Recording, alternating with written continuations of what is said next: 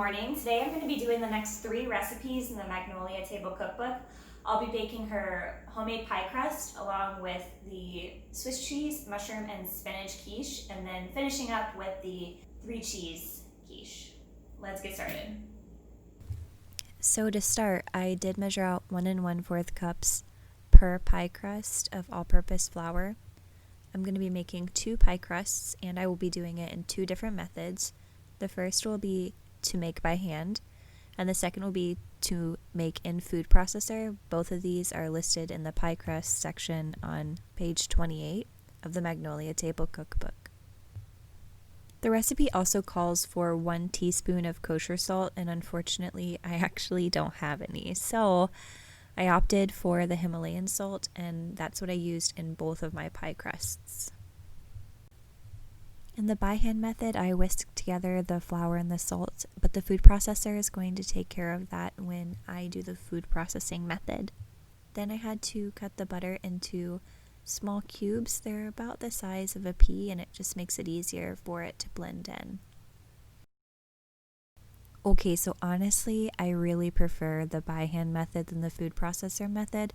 Every step I had to use the food processor just became very messy and required a lot more work on my end than just doing it through the bowl. But if you have a bougie food processor, maybe yours won't make as much of a mess as mine did. Off camera, I had an ice cold glass of water waiting, and for each pie crust I measured out 1/4 cup.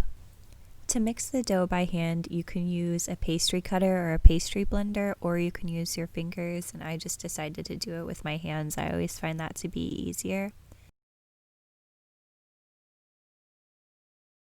And of course, you're going to need to drizzle the water in just a little bit at a time. That's because you don't want your dough to be really wet. You just want it to be kind of damp. Work the water into the dough as best as you can, and then try and shape the dough into a flattened ball. Wrap it in saran wrap and put it in the refrigerator for at least an hour. So everything that I did in the by hand method, I also did in the food processor, and like I said before, this was incredibly time intensive. I actually was only able to get the dough at the right consistency after I had taken it out for a little bit and smooshed it around and then put it back in to finish it off. That takes care of the pie crust, and it'll be in the refrigerator for about an hour, and we're going to start on the mushroom, spinach, and Swiss cheese quiche. To start, we'll melt some butter, and we've cut some onions already. When the butter has melted totally, we'll drop the onions into the skillet, and we're going to saute those. While the onions are sauteing, we need to get the eggs ready, so I've already cracked 6 large eggs, and I'm going to be adding in 1 cup of heavy cream. And I'll also be adding in the spices, which is garlic powder, kosher salt, and ground black pepper. If you want to see the exact amount of spices you need to put in, you can find this recipe on page 23 of the Magnolia Table Cookbook. So unfortunately, my phone died in the middle of recording this. So I took a picture of what the almost finished product looked like, and this is it.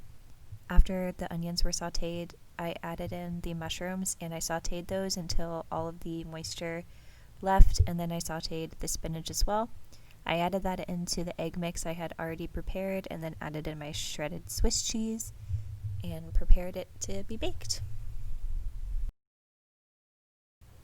Up next, we have the 3 cheese quiche, and I actually enjoyed cracking these eggs. I made a total mess.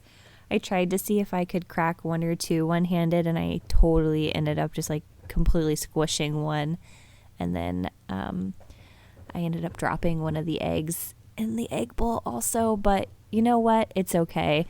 I was able to get all 6 of them in there, so that works.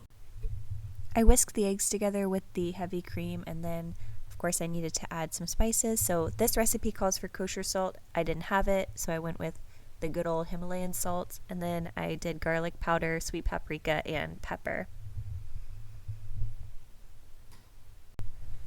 This recipe is pretty expensive in the cheese department, actually. You're going to need extra sharp white cheddar cheese, Parmesan cheese, and Gruyere cheese. I think I'm saying that right, so if not, leave a comment below on how you pronounce it. Shred those cheeses down and then add them to the egg bowl that you've already whisked together, and it'll be just about ready to go into the pie crust that we had sitting a little while ago.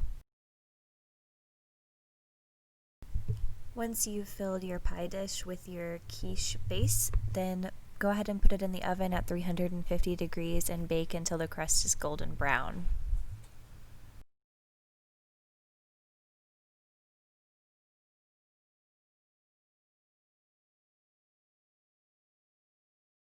And here we have a beautiful picture of our finished quiches.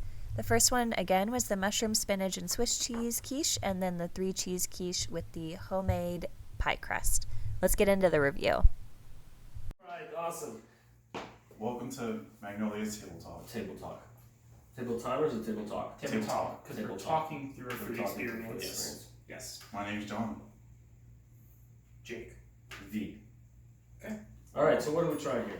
Today, I'll go for the first one. We have Alright. 3 cheese quiche with a homemade crust. Ooh. Looks pretty good. Sounds delicious. I'm excited. And then you guys like to talk through the other one? Yeah, you take this one. No, no, you you take- take yeah. this one. No, I think you got this one. Do you remember? Okay, so Yes. we got spinach, mushroom, and Swiss in the other one. Also the homemade pie crust. I got you. Sounds delicious. Let's try which one we're trying first. Let's try the 3 cheese, man. The cheese. 3 cheese. The cheeses will be in the description. We don't remember.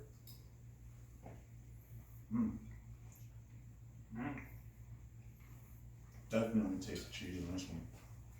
It's very cheesy. Cheese is good. Good combination. Gotta try the crust with it. What do you think about the crust? Buttery. Very.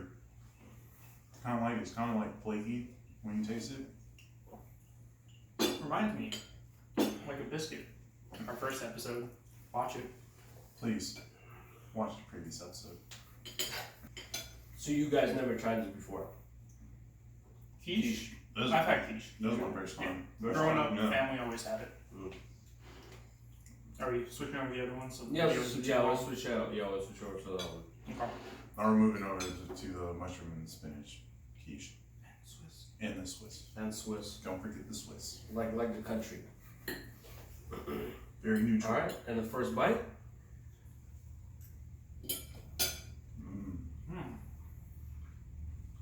Mm. I Very think I healthy like this choice. one better. Yeah. Very flavorful.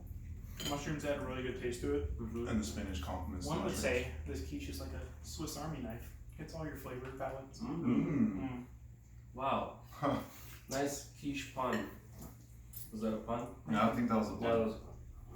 Did you know the world's biggest quiche was in '97? Oh, Interesting. did you Look it up know? on Google. Who ate it? A lot of people. It took 8 hours to cook. Did you know you can eat quiche hot or cold?